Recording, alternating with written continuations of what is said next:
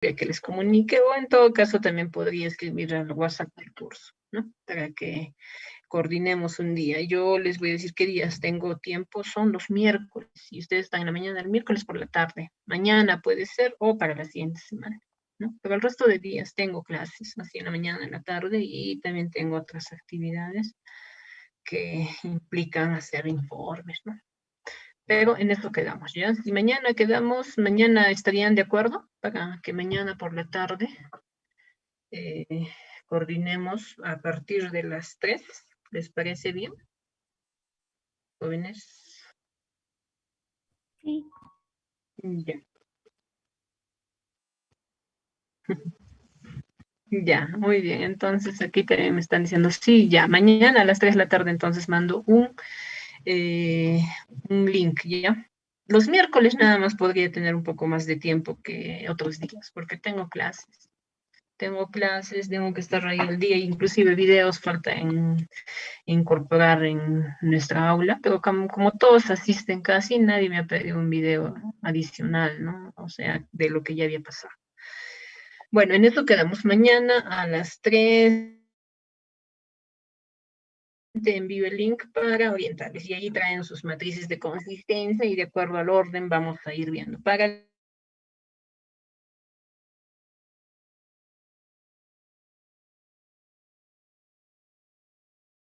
y preguntas específicas, porque ahí está la consistencia, ¿no? Porque si eso está mal, porque inclusive los tesistas que están haciéndose revisar su proyecto, les recomiendo, ¿no? Les digo, jóvenes, si esto no va a responder a la pregunta general, es por gusto, tienes que reformular, porque esto lo vas a evidenciar con estadística, ¿no? Y ahí es donde tienen un poco de dificultad, sobre todo cuando quieren ganar la nota y quieren hacer las cosas rápido, ¿no? Así que en eso vamos a ir poniéndole un poco más de interés en el día de mañana. Y para la siguiente semana ya les puedo estar hablando de estadística. Ya han llevado estadística, no se acuerdan, se tienen que volver a acordar para al menos tener la base, ¿no? Aunque estadística básica ya tienen que estar bien en su cabecita, ¿no? Así que eso es lo que vamos a ir conociendo. Ya, muy bien, ya no estén sacando lagrimitas. Ahora sí, vamos a empezar al menos estos minutos porque el día jueves también vamos a continuar porque el día viernes ustedes tienen un control de lectura sobre el tema, ¿no? La teoría social crítica es un tema bastante eh, moderno y amplio a la vez, ¿no? Lo que significa de que ahora vamos a abordar aspectos centrales y más que todo generales de esta teoría. No existen muchos teóricos contemporáneos que hablan de cómo esta incidencia de muchos factores en el ámbito contemporáneo han ayudado a entender sobre todo el tema de la complejidad que ha llevado la formación de los sistemas, ¿no? Los sistemas, por ejemplo, capitalistas, ¿no? Porque esta es la crítica directa al capitalismo, ¿no? ¿Qué es la teoría crítica? La teoría crítica va a tener un lado vinculado a transformar, se ha ido formando en la sociedad clásica. Eso significa de que también esta teoría aborda sobre todo conocer el grado de humanización y la antropocéntricis, ¿no? Que se da después de cambios producidos en la sociedad clásica y que tiene efectos en la sociedad contemporánea, ¿no? Eso significa de que aquí ya vamos a centrarnos en el individuo como parte del contexto que genera cambios, sobre todo en este mundo actual, podría decirse, ¿no? Ya que el orden generado en la sociedad clásica ha hecho jerarquía, ha utilizado normativa, formas de utilizar el poder y ese poder evidenciado en poder político, en poder social, en poder cultural, ¿no? Que también se han generado formas de garantizar pues un orden económico mundial inclusive, ¿no? Eso significa que esta teoría critica sobre todo el hecho de que se hayan dado cambios y que también esta crítica no es destructiva, es una crítica constructiva a todos los procesos sociales que se han ido dando a partir de nuevos conceptos, sobre todo vinculados al ser humano, ¿no? Al individuo. Y aquí ustedes van a recordar a Hegel, ¿no? El concepto hegeliano de razón. Cuando ya ponemos más interés en el individuo, pues eso surgen teorías vinculadas al capital humano, la teoría del trabajo vinculada también al cómo es concebido el trabajo ahora en un mundo contemporáneo, ¿no? Significa de que ya el individuo, como en tiempos clásicos, no forma parte del sistema de producción, dejando de lado que tiene derechos, tiene sentimientos, un raciocinio propio de un individuo en sociedad. Eso significa de que esta humanización antropocéntrica ya fijada en el individuo ha hecho de que surjan enfoques de desarrollo y enfoques orientados hacia el bienestar del individuo mismo, ¿no? Por eso es que ahora nosotros podemos ver que se habla de las libertades, capacidades, inclusive oportunidades, ¿no? Esto es lo que va a abordar la teoría crítica.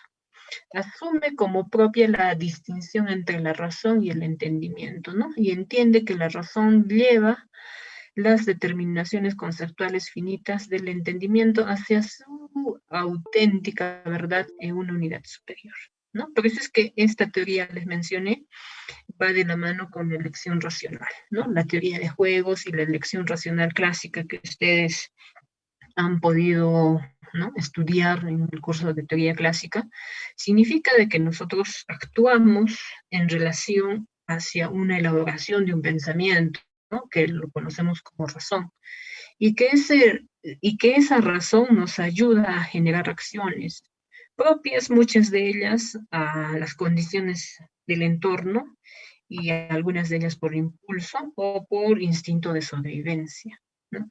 Eso significa que la elección racional orientada hacia gratificación, la acción racional orientada hacia el cumplimiento, ¿no?, va a tener ahí un factor importante, ¿no?, del cómo es sobre una elección racional vinculada a la economía, vinculada a la cultura, vinculada a la social, ¿no?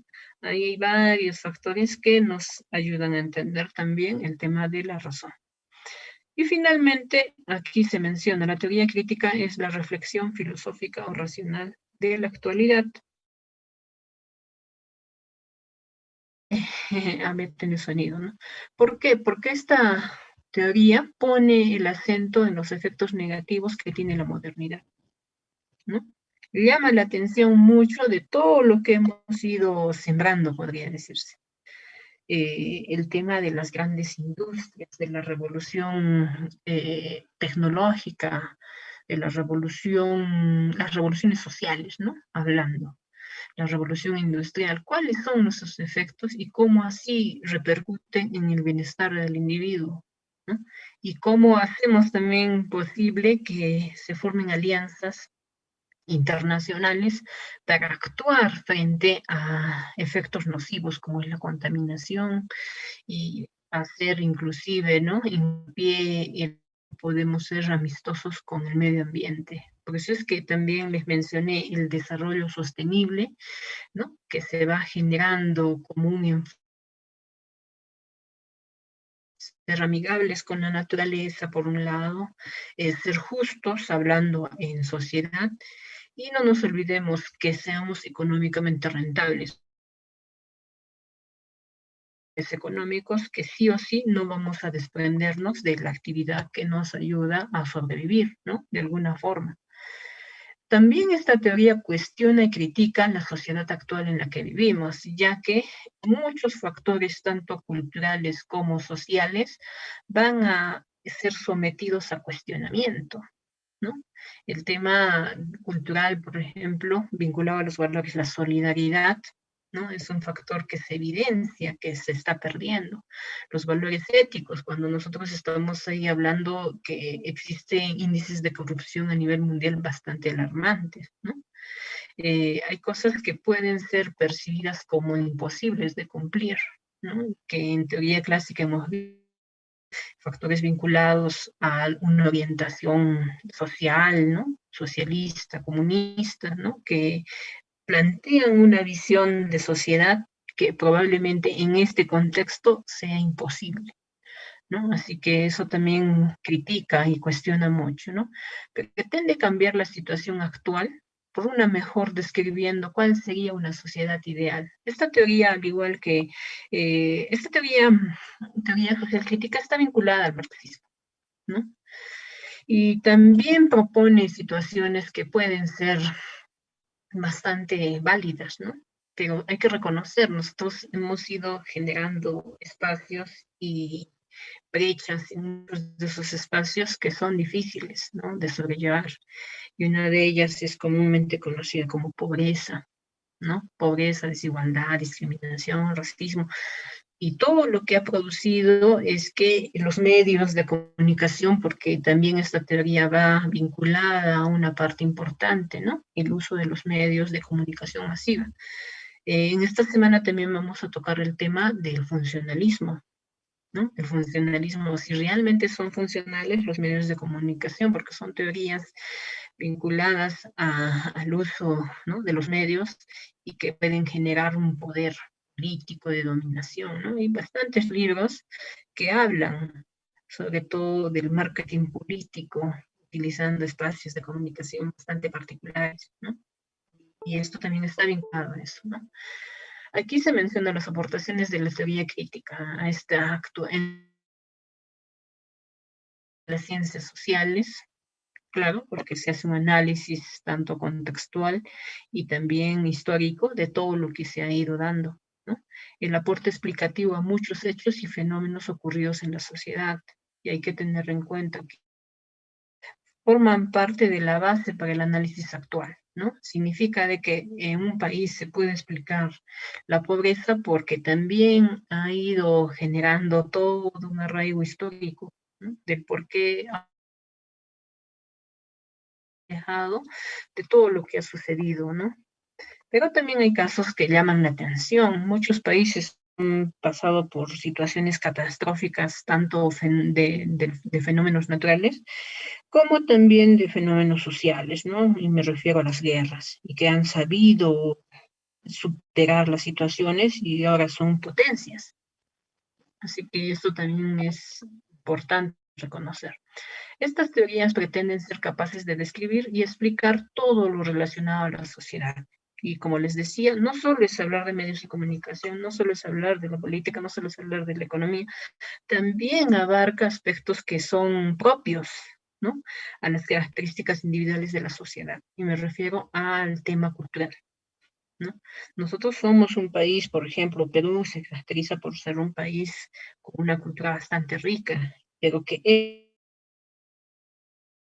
eh, son notables y que también pueden resultar siendo dificultosas de sobrellevar, ¿no? El que está en la selva no piensa al igual que quien está en la costa, ¿no? Y eso hace que esta diversidad también se vuelva una dificultad, ¿no? Y eso significa que se puede relacionar, ¿no? Ejemplos como les mencioné, en dar explicaciones y describir las realidades, ¿no?